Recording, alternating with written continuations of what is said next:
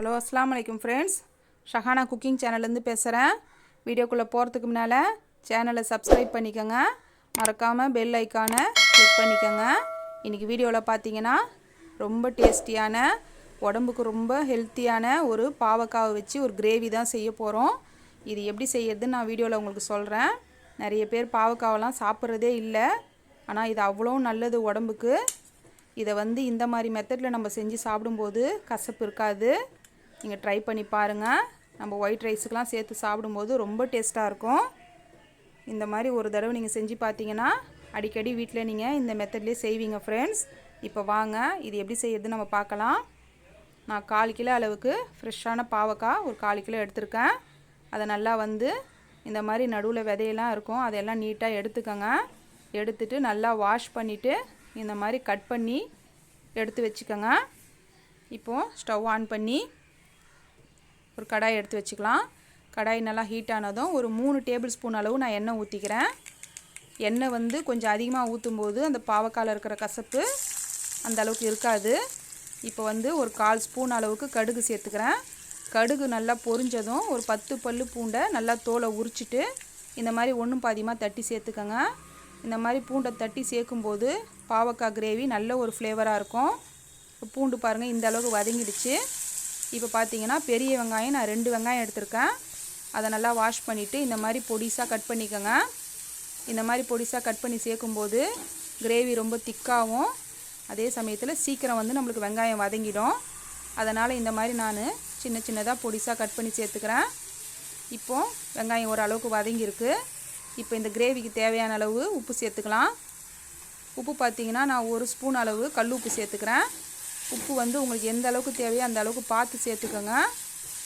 இப்போ பாருங்கள், உப்பு சேர்த்து நம்ம இந்த அளவுக்கு நல்லா வெங்காயத்தை வதக்கிட்டோம். இப்போ தக்காளி பார்த்திங்கன்னா 2 மீடியம் சைஸ் தக்காளி, நல்ல பழுத்த தக்காளி எடுத்துக்காங்க. கிரேவிக்கு ரொம்ப டேஸ்ட்டாக இருக்கும். பழுத்த தக்காளி எடுத்து நல்லா வாஷ் பண்ணிவிட்டு கெட்டி பகுதி எடுத்துகிட்டு ஜாரில் மாற்றி இந்த மாதிரி பேஸ்ட்டாக அரைச்சி சேர்த்துக்கோங்க. இந்த மாதிரி பேஸ்ட்டாக அரைச்சி சேர்க்கும்போது தக்காளியை தூக்கி போட முடியாது. அதை முழு சத்து நம்மளுக்கு கிடச்சிரும். அதே சமயத்தில் கிரேவி நல்ல கலராக இருக்கும், நல்ல திக்காகவும் இருக்கும். ஃப்ரெஷ்ஷான கருவேப்பிலை ஒரு கைப்பிடி சேர்த்துக்கோங்க. இப்போ அடுத்ததாக நம்ம கட் பண்ணி வச்சுருந்த 1/4 கிலோ அளவு பாவக்காவை தண்ணியெல்லாம் நல்லா வடிகட்டிட்டு சேர்த்துக்கோங்க. இப்போ பாருங்கள், நான் பாவக்காவை சேர்த்துட்டேன். பாவக்காவை சேர்த்து நல்லா நம்ம அந்த எண்ணெயிலேயே நம்ம வதக்கிக்கலாம். ஒரு 5 நிமிஷத்துக்கு இந்த மாதிரி நல்லா திருப்பி திருப்பி வதக்கிக்கோங்க. அந்த எண்ணெயில் வதக்கும்போது பாவக்காயில் இருக்கிற கசப்பு அந்த அளவுக்கு இருக்காது. பாருங்கள், இப்போ நான் வதக்கிட்டேன். இந்த அளவுக்கு வதக்கிக்கலாம் நம்ம. இப்போது இதுக்கு தேவையான அளவு மசாலா பார்த்திங்கன்னா 1 ஸ்பூன் அளவு நான் குழம்பு மிளகாய்த்தூள் சேர்த்துக்கிறேன். குழம்பு மிளகாய்த்தூள் 1 ஸ்பூன் சேர்த்துக்கிறேன். இதில் நான் மல்லி, மஞ்சள், மிளகு, சீரகம், கருவேப்பிலை எல்லாமே சேர்த்து அரைச்சிருக்கிறேன். உங்களுக்கு தகுந்த மாதிரி நீங்கள் மிளகாத்தூளை பார்த்து சேர்த்துக்கோங்க. மஞ்சள் தூள் பார்த்திங்கன்னா ஒரு 1/2 ஸ்பூனுக்கு சேர்த்துக்கிறேன். இந்த மசாலாவை சேர்த்துட்டு நல்லா இந்த மசாலா மிக்ஸ் ஆகிற அளவுக்கு பாவக்காவை நல்லா வதக்கிக்கோங்க. ஸ்டவ் மீடியம் ஃப்ளேமில் வச்சுக்கோங்க. இப்போ பாருங்கள், இந்த பாவக்காய் கிரேவிக்கு தேவையான அளவு தண்ணி ஊற்றிக்கலாம்.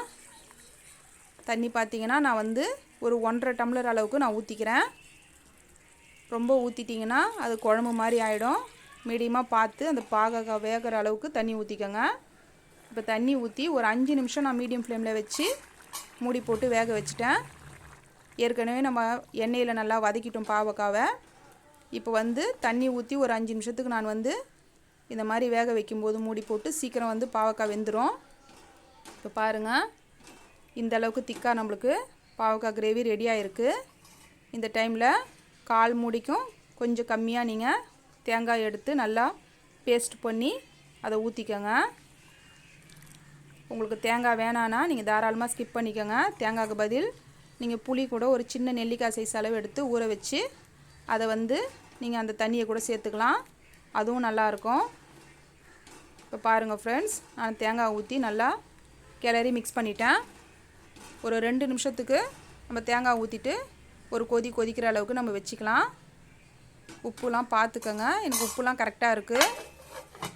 மூடி போட்டு ஒரு 2 நிமிஷம் மட்டும் நம்ம மீடியம் ஃப்ளேமில் வச்சு தேங்காய் ஊற்றி நம்ம கொதிக்க வச்சிட்டோம். இப்போ பாருங்கள், எண்ணெயெல்லாம் பிரிஞ்சு நம்மளுக்கு வந்து சுவையான பாவக்காய் கிரேவி ரெடி ஆகிடுச்சு.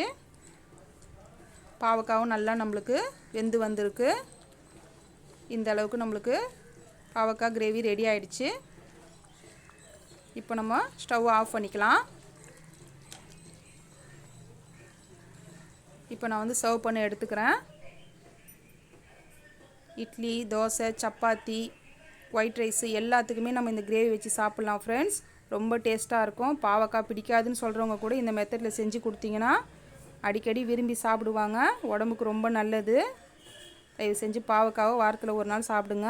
இந்த வீடியோ பிடிச்சிருந்தால் லைக் பண்ணுங்கள், ஷேர் பண்ணுங்கள், மறக்காமல் சப்ஸ்கிரைப் பண்ணுங்கள்.